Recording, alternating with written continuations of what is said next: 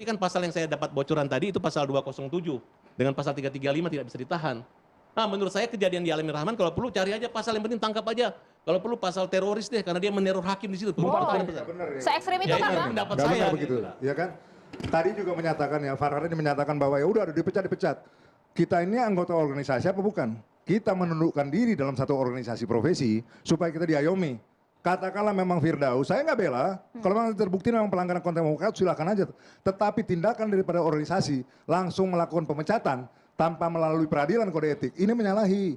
Ya, Ferdi Sambo aja pembunuhan dilakukan juga, yang sudah begitu fatal dilakukan juga persidangan kode etiknya. Ini masih punya kesempatan, Bang. Justru, cuman maksud saya bilang itu udah benar. Kalaupun dipecat kan dia masih punya melalui kongres segala macam pembelaan diri. Nggak bisa lagi, udah lewat dong. Sudah dipecat, SK-nya sudah ditandatangani bagaimana? Masih bisa. Mereka harusnya kan prosesnya dijalanin dulu baru SK-nya dikeluarin. Enggak, itu bukan bisa SK dikeluarin saja. baru Berarti ada dijalankan. kelemahan daripada Gimana? organisasi.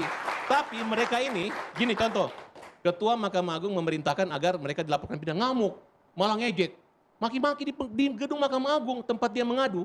Harusnya kita sebagai seorang pengacara membantu minta hakim menghukum atau membebaskan. Ini terbalik. Mahkamah Agung yang memerintahkan agar dilaporkan pengacara ini. Bagaimana mereka membeli kepentingan klien.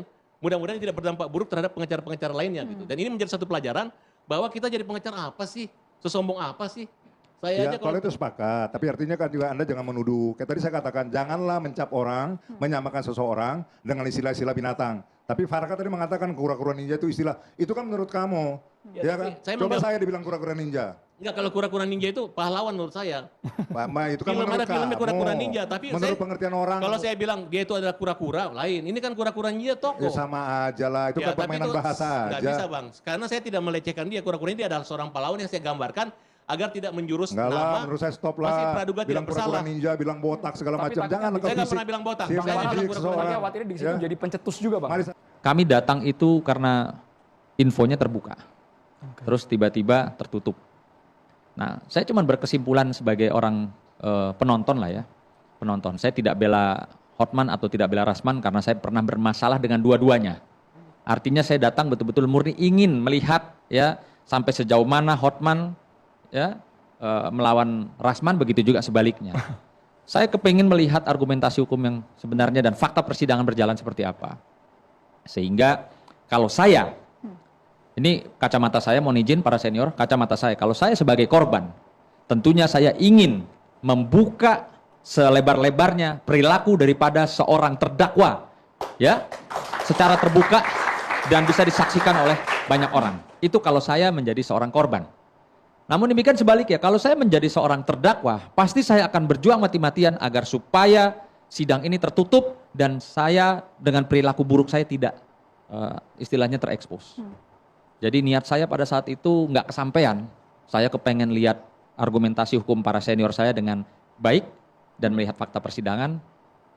Namun demikian apa yang saya lihat tidak seperti harapan Abang saya. sampai tuntas tapi menonton di sana Saya sampai tuntas. Lihat yang ada naik meja, maki-maki ada itu, Bang. Ada, Lihat saya sampai jelas di tuntas. sana ya, Bang? Lihat, saya lihat. Pemantiknya apa? Dan ini perlu diluruskan ya. Ini jadi satu catatan. Saya pernah bermasalah dengan dua-duanya. Artinya saya tidak bela Rasman atau Hotman, ya. Tapi saya melihat tidak ada itu gerakan yang katanya mau mukul, ya. Nah, Lalu ini bang.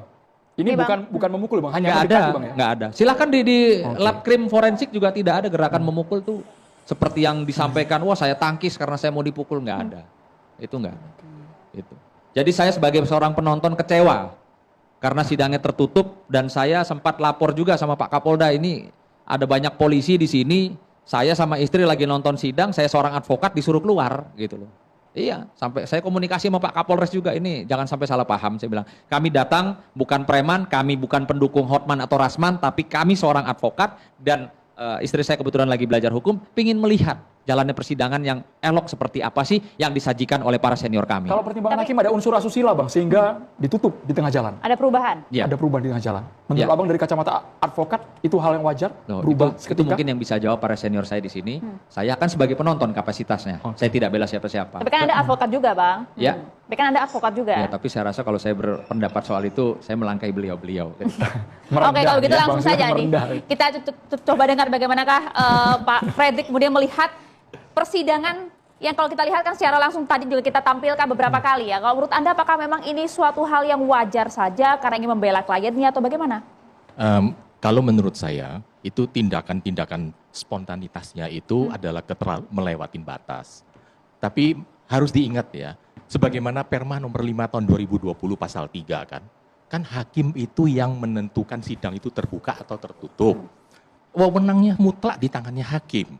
Senang tidak senang kita harus tunduk. Meskipun dalam hal ini saya mendengar ceritanya, saya tidak di tempat, bahwa tiba-tiba tanpa musyawarah, tatanya sudah musyawarah dinyatakan tertutup. Dengan alasannya ada asusila dan sebagainya. Itu bisa ajukan protes, memang. Protes itu harus dilakukan sesuai dengan prosedur. Ya, dalam prosedur ini bikin kita gemes ya. Kadang-kadang, aduh, kalau ikutin protes ini, protesnya aja belum diproses, saya udah dihukum. Jadinya kan begitu kan, gregetan. Wajar, di Indonesia bukan satu kali terjadi. Ada di sidang hakim ditusuk mati di Surabaya. Ya kan, ada yang di mana itu dipukulin, dilemparin beca, di meja kursi. Banyak yang terjadi. Tapi yang terekspos barusan ini karena pelaku dan terlakunya itu adalah lawyer. Jangan lupa, dengan adanya suatu tindakan-tindakan yang tidak layak dan tidak pantas dilakukan oleh seorang advokat, yang menjadi korbannya itu kita advokat semua. Hakim itu akan antipati. Kalian advokat brengsek semua, kira-kira begitu. Memang, seperti contoh kan, mengapa kita sekarang kalau sidang kita diwajibkan panggil yang mulia? Undang-undang kita tidak ada mengatakan yang mulia. Tapi dengan alasannya orang-orang dengan ikhlas manggil yang mulia dengan harapan apa? Hakim itu bisa simpati sama kita seperti saya nyembah. Yang mulia dong, tolong dong saya dibebasin, jangan hukum berat. Sebetulnya hal ini harus berani dihapus. Memang waktu itu mantan Ketua Mahkamah Agung Pak Rimin Tumpah kan sudah mengusulkan dihapus. Tapi hari ini juga masih tetap berlaku. Namun jangan lupa kan dengan Undang-Undang 48 tahun 2009 kekuasaan kehakiman kan, di sana sudah pasal 48, hakim itu dapat perlindungan. Jadi kita tidak bisa mengatakan hakim itu salah atau hakim ini benar.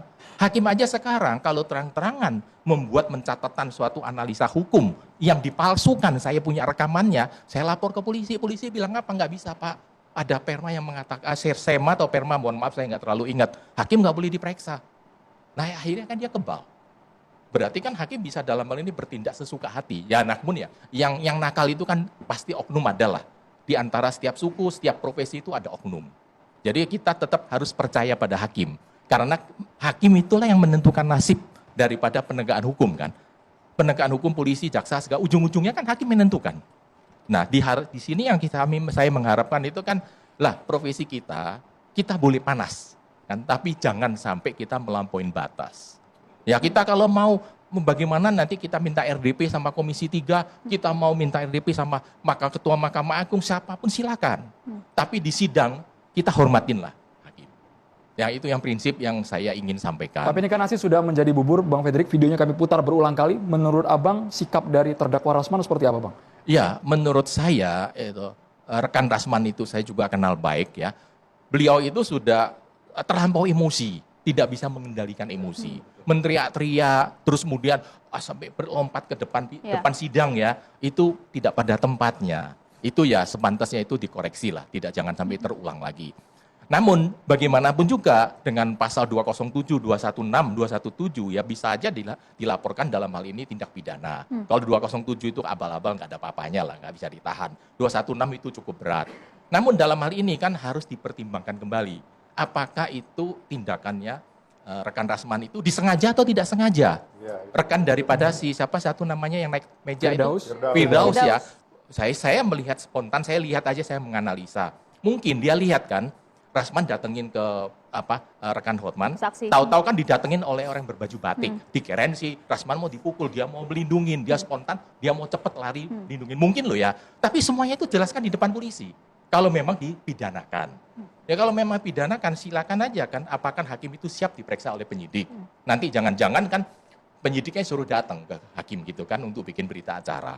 Ujung-ujungnya jaksa sama hakim yang memutuskan kan dia sendiri sebagaimana tadi rekan bilang kan, yang ya bisa celaka.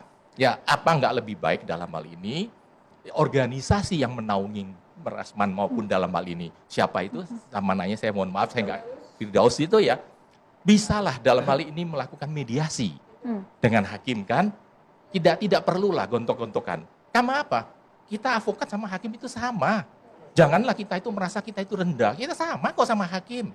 Kita sekolahnya sama, bahkan kita sekolahnya mungkin lebih banyak daripada hakim. Namun dia yang punya palu, kita nggak punya palu. Kita cuma punya mulut kan. Nah di sinilah yang harusnya kita menghormatin hakim, dan hakim juga saran saya juga introspeksi hal-hal demikian itu tidak perlu terjadi. Bagaimana sampai saya lihat di sini kan ada 10 kasus yang terjadi sampai ada hakim yang dibunuh waktu sidang oleh terdakwa. Itu kan tidak diekspos tapi masih tercatat, masih kelihatan. Ya hal demikian yang tidak perlu terjadi, di mana kalau advokat bisa menahan emosi, atau hakim juga bisa menahan emosi, atau jaksa juga harus bisa menahan emosi. Kita ini menyelesaikan perkara berdasarkan argumentasi hukum, bukan berdasarkan emosi, bukan berdasarkan fisik. Kalau fisik kita jadi liar kan. Oke, Bang di Sunan hutan ditanggapi lah singkat begitu, Bang, boleh Bang? Menyelesaikan dengan profesional, tidak dengan emosi. Iya, saya sepakat pastinya. Seperti saya bilang ya, saya menyaksikan tontonan yang tidak seperti saya harapkan. Memang seyogyanya kan semua ada mekanismenya yang diatur ya. Baik itu keberatan atau bagaimana, bisa disampaikan. Kalau saya biasa, strategi saya itu saya mainkan dulu surat keberatan saya kemana-mana, baru kalau masih belum ini, baru saya sampaikan secara verbal gitu. Jadi saya sepakat apa yang dikatakan oleh rekan senior saya, Pak Fredrik, bahwa segala sesuatu sebenarnya tidak perlu sampai sejauh ini. Rame-rame para penegak hukum di mata masyarakat ini udah terlibat, jadi ada hakim, ada para pengacara, ada jaksa gitu kan. Kemarin polisi juga sampai banyak, sampai kayak ada peradilan apa gitu ya, kayak teroris atau bagaimana. Ini tontonan yang sangat saya sebagai junior sangat menyayangkan, apalagi masyarakat awam khususnya melihat apa ini semua.